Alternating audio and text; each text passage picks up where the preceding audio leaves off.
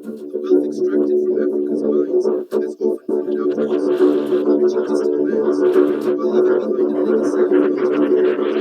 But a seismic shift is imminent, marked by powerful announcements and decisive actions, not just In the heart of Africa, a continent rich with sand, wind, and untapped uranium, a historic conversation is unfolding. Leaders, scientists, and energy giants have gathered in Kigali, Rwanda, for a bold summit, one that could shape the continent's energy destiny.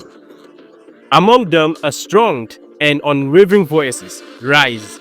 The Prime Minister of Niger, a nation rich in uranium yet shackled by energy poverty. This is the story of Africa's nuclear awakening and Niger's brave stand for a sovereign, sustainable energy future. On a bright July morning in Kigali, Rwanda welcomed over 40 African nations to its first ever Continental Nuclear Energy Summit. The agenda was clear: secure Africa's energy future through safe, sustainable, and sovereign nuclear energy. They are not there to talk about risks, they are there to talk about responsibility, opportunity, and the right of Africa to light up its home with the power beneath its soil. Over 600 million Africans live without reliable electricity. In rural Niger, power outages stretch for weeks. In Congo, hospitals run on diesel. Africa holds 20% of the world's population but produces just 3% of global electricity. The irony: Africa is home to over 18% of the world's uranium reserves. The Kigali Summit isn't just a meeting, it is a confrontation with history, a cry to break the chains of dependency. Then came the voice from Niamey, Prime Minister Ali Mohamed Lamine Zine, firm, desperate, unapologetic. He said, "We mine the uranium that powers light in Paris, yet our children still study under kerosene lamps." This contradiction is not just shameful, it is colonial. The room fell silent. The truth had been spoken, raw, direct, and necessary. The Prime Minister of Niger laid down 5 bold pillars for Africa's nuclear independence: uranium sovereignty, African reactor partnership, nuclear skill for Africa, launching the Pan-African nuclear for peace, not weapons, and African Nuclear Authority. Let's break his point into words.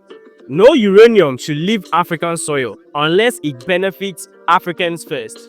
Niger calls for regional nuclear reactor program, co-owned by African states and operated by African engineers.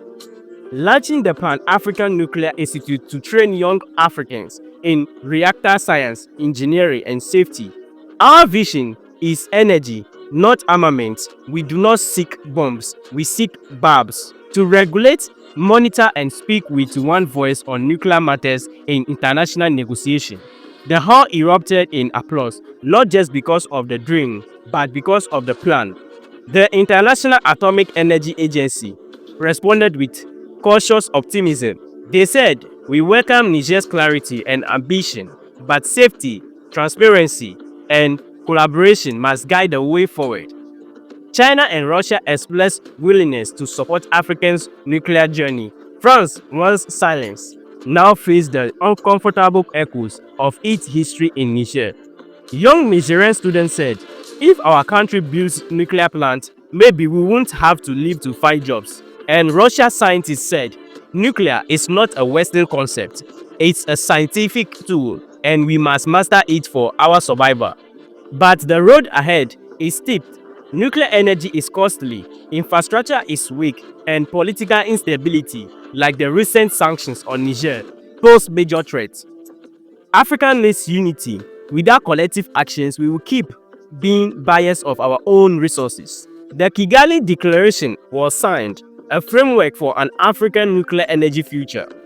Africa must stop asking for light. We must generate it, control it, and protect it. Our uranium is our future, not a curse, but a crown. From the desert mines of Elliot to the polished halls of Kigali, Africa is rewriting its story, from dependency to energy dominance. and Niger, long exploited for its minerals, is now demanding its rightful place as a leader of light.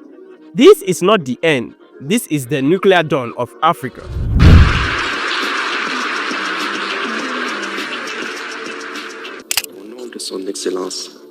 On behalf of His Excellency, the President of the Republic of Niger, Head of State, General Abdourahmane Tiani, I would like to extend our sincerest thanks. When my brother, the Prime Minister, spoke to me yesterday about this meeting, there were three compelling reasons for us to attend. The first was a Burkinabe.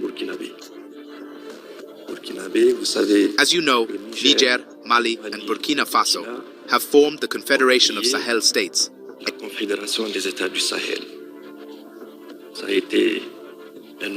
It was an honor for us to learn that our compatriot was invited by Rwanda.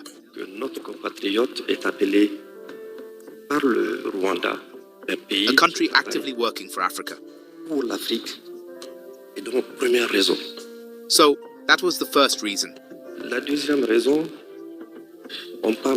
The second reason concerns uranium and nuclear energy. Niger is the country that boasts the most significant uranium mine on the continent and the second largest in the world. Therefore, we could not be absent from this major gathering to discuss and determine how we can, under the banner of solidarity, share this resource.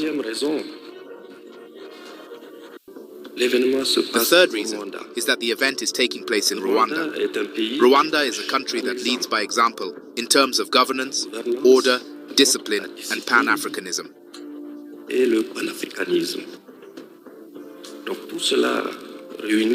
With all these factors combined, we sought General Tiani's authorization to come, and by the grace of God, we are here this morning.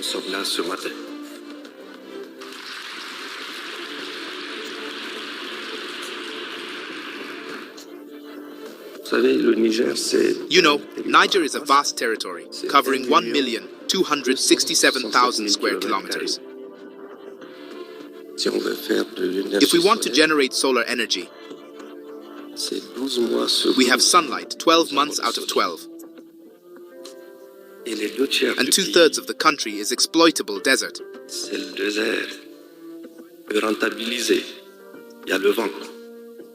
There is also wind.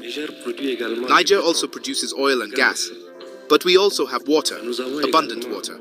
I'm almost tempted to say.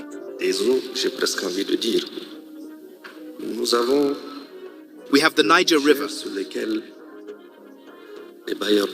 on which donors, including the African Development Bank,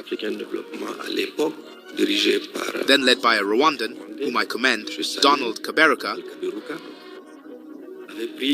had agreed to finance the Kandaji Dam. So, we have various energy sources, but we also have uranium. Access to this resource, access to reliable energy, is today a major challenge for the development of our nations. Niger therefore intends to make a unique and decisive contribution. As a uranium producer for over 50 years, it masters the entire chain, from extraction to processing and export. Our ambition is even to carry out transformation locally. We have all the expertise for that. The Somai mine. Somai is the company that our country, under the leadership of President Tiani, decided to nationalize.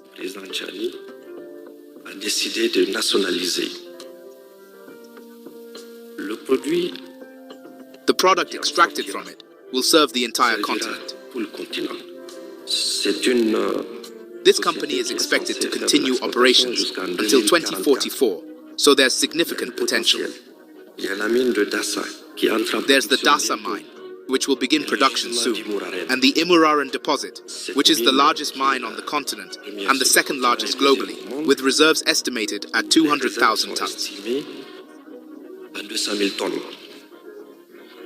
Cela donc garantit This undoubtedly guarantees supply for several decades. plusieurs décennies.